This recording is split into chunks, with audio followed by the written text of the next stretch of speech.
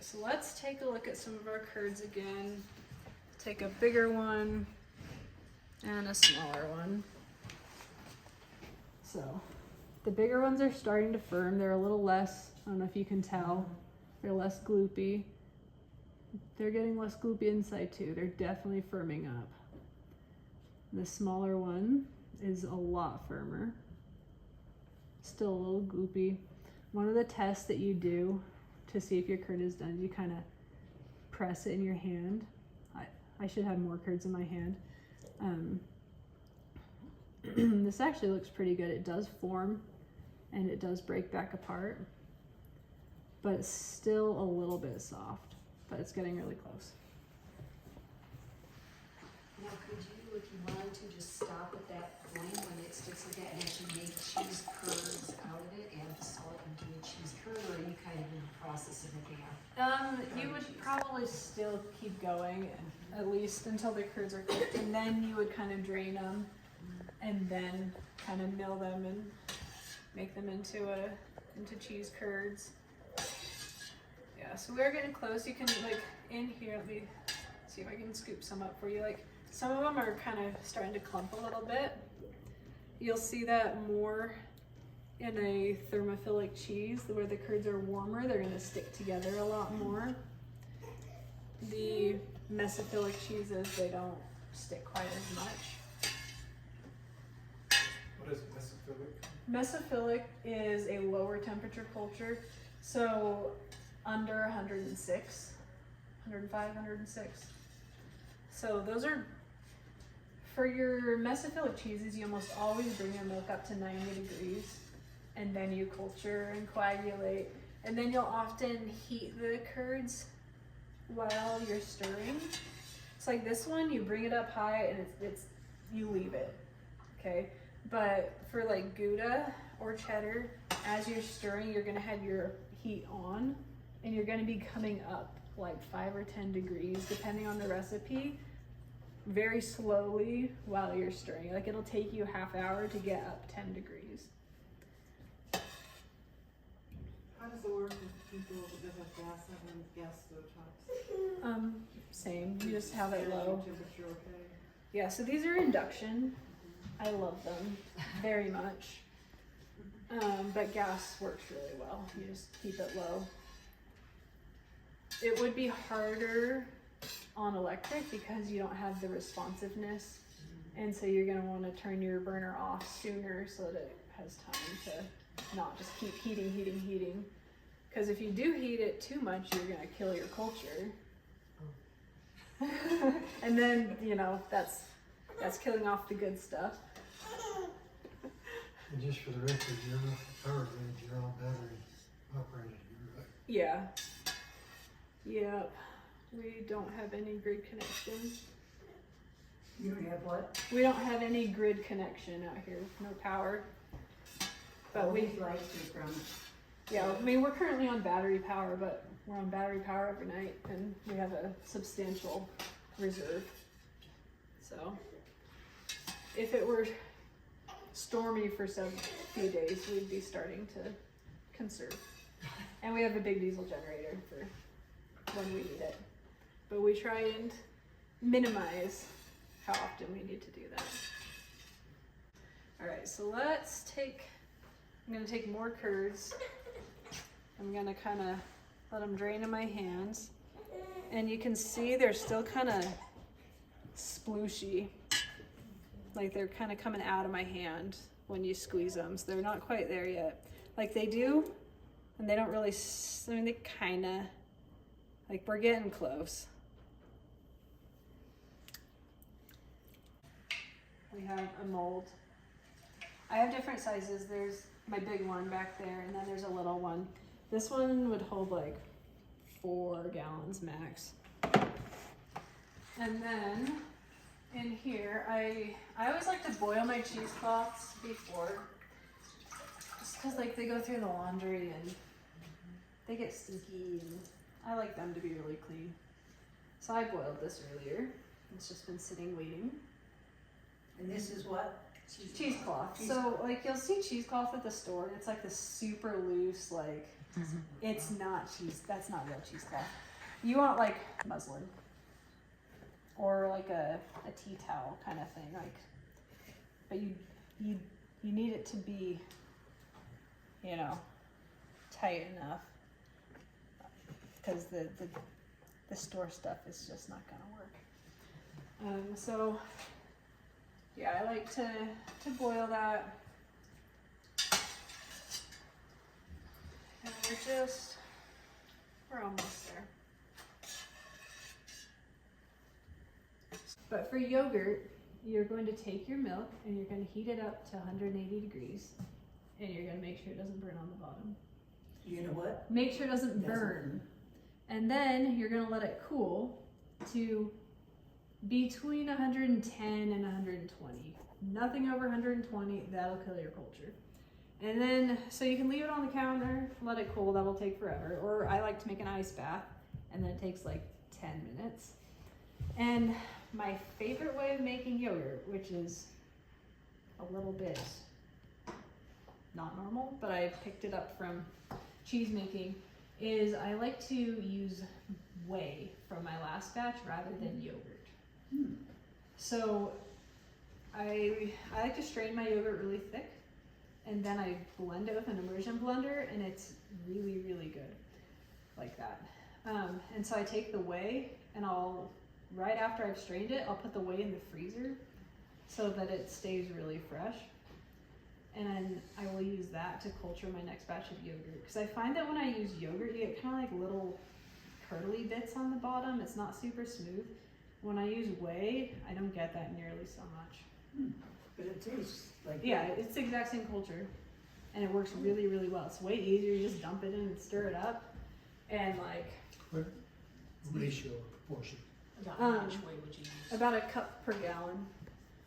And then what do you do with it after it cools down? So then you're going to incubate it at between 110, 115 for, I do mine for 6 hours because it makes a sweeter yogurt. But if you want more of the probiotics, more of a thicker, tartar yogurt, then you can let it go longer, up to like 24. 24 hours, yeah, for that. Yeah. So it just depends on how you like it and what you want out of it. I used to just put it in a big hot water and put it in the oven, just close it over. Water. Yeah. In the morning you had yogurt. Yeah, you can do that. You can do it in a cooler in warm water. You can do an instant pot. There's a lot of ways to do yogurt. And then I had the same question with yogurt as I had with cheese. People have been making yogurt for a very long time. Why do we have to buy freeze-dried cultures? And the answer is you don't.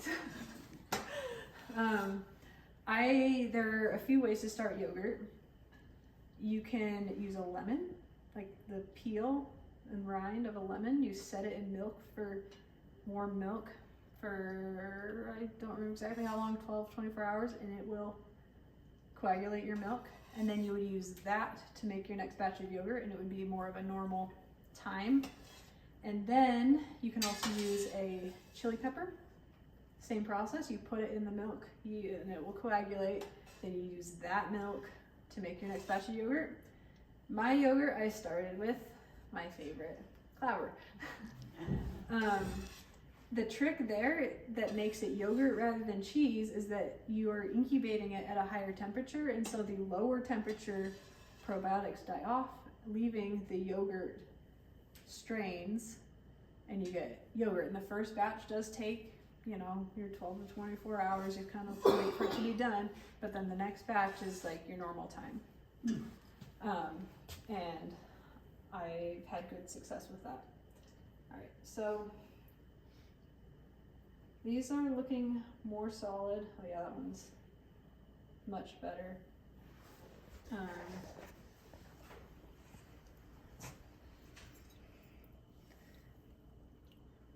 If I'd been able to get them a bit smaller, they'd be more uniform. They could cook a little bit longer, but I think it's good enough to call it. Like they can hold together, but they also break back apart. So you're gonna let them settle to the bottom of the pot because we don't want floating curds. And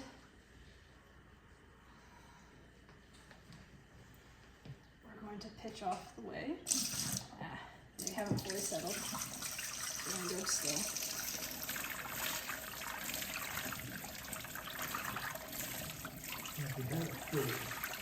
Yes. You could also save this whey and make ricotta. That's how true ricotta is made. You heat it up to about 180, a little higher almost, and dump in an acid. You can use lemon juice, vinegar, citric acid, and then your curd will start to form on the top, and you can skim it off. But when you're getting gallons and gallons and gallons of whey, you just can't go through very much ricotta.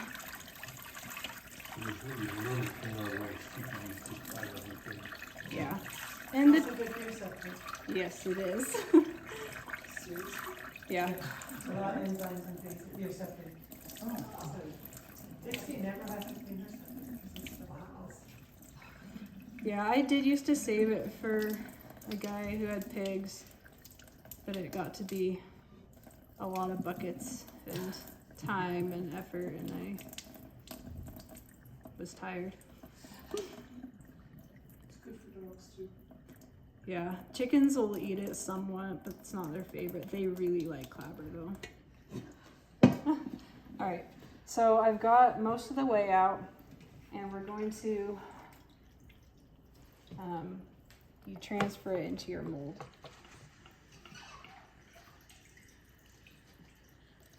And it's just gonna keep, it's gonna settle, and it's gonna keep oozing whey. There's actually quite a lot of curd in here, so we'll see how we see if I regret not using my big mold. But that would make a really pancakey cheese. You don't really want pancake cheeses because they don't age very well. They have problems.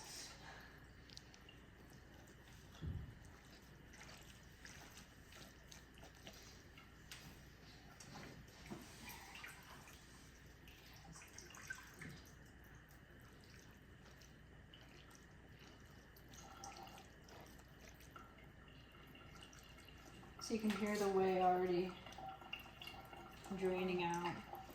And the thing you want as cheeses in the mold and pressing is you want weeping cheese, but you don't want crying cheese. So I'll show you what I mean. But you always want to start with really gentle pressure because that will make it so that you're not trapping whey between your curds.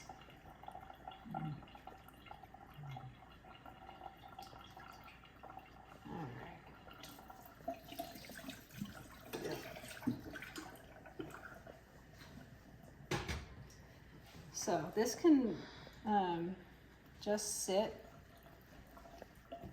And I did clean my counters, but I kind of have a rule that I don't want to contaminate a cheese over a couple curds. So if they fall, I don't usually put them back in. Okay, so you can see the whey kind of dribbling out of the holes here. And that's just like it's just the whey coming out. If I were to like press, like it really runs out. So that would be crying. You want it to just like gently come out of the cheese. So this I would just let sit here for like 10 minutes. And then after that, I would come back, take the whole thing out, undress it, flip it over, put it back in. And then at that point, it's probably going to be sunk down enough that this follower can go on top. And that's when you're going to start gently adding pressure. So while this is just kind of doing its thing, if you're interested in trying samples, we're going to do that. Everything is raw. If you don't want to, I am not offended. But that is your disclaimer. Yeah, the yogurt's not raw, but it is naturally started. This is a mozzarella that I made just like this on Saturday.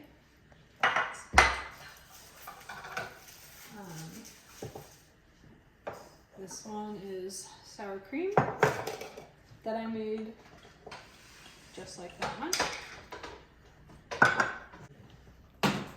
These are little caprice. Cream cheese. Yeah, cut to like water.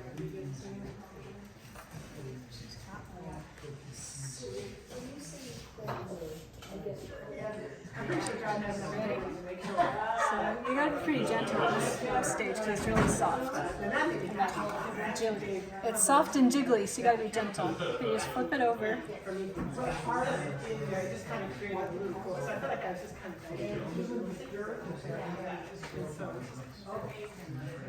So you already flipped it over? Yep, I flipped it over. Now you kind of want to make sure the cheesecloth is fairly smooth. It's impossible to get it perfect, but and then you just put it back in. And at this point, I just take like one corner that will cover it, like that, and then this can just kind of sit right in here. And we're gonna go back on this little draining board.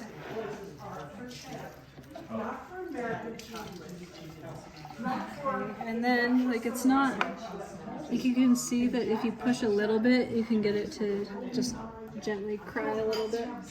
So, Rachel, I'm super impressed. What a thing you got going here. Amazing. this is a little bit of clabber still, but we don't need it.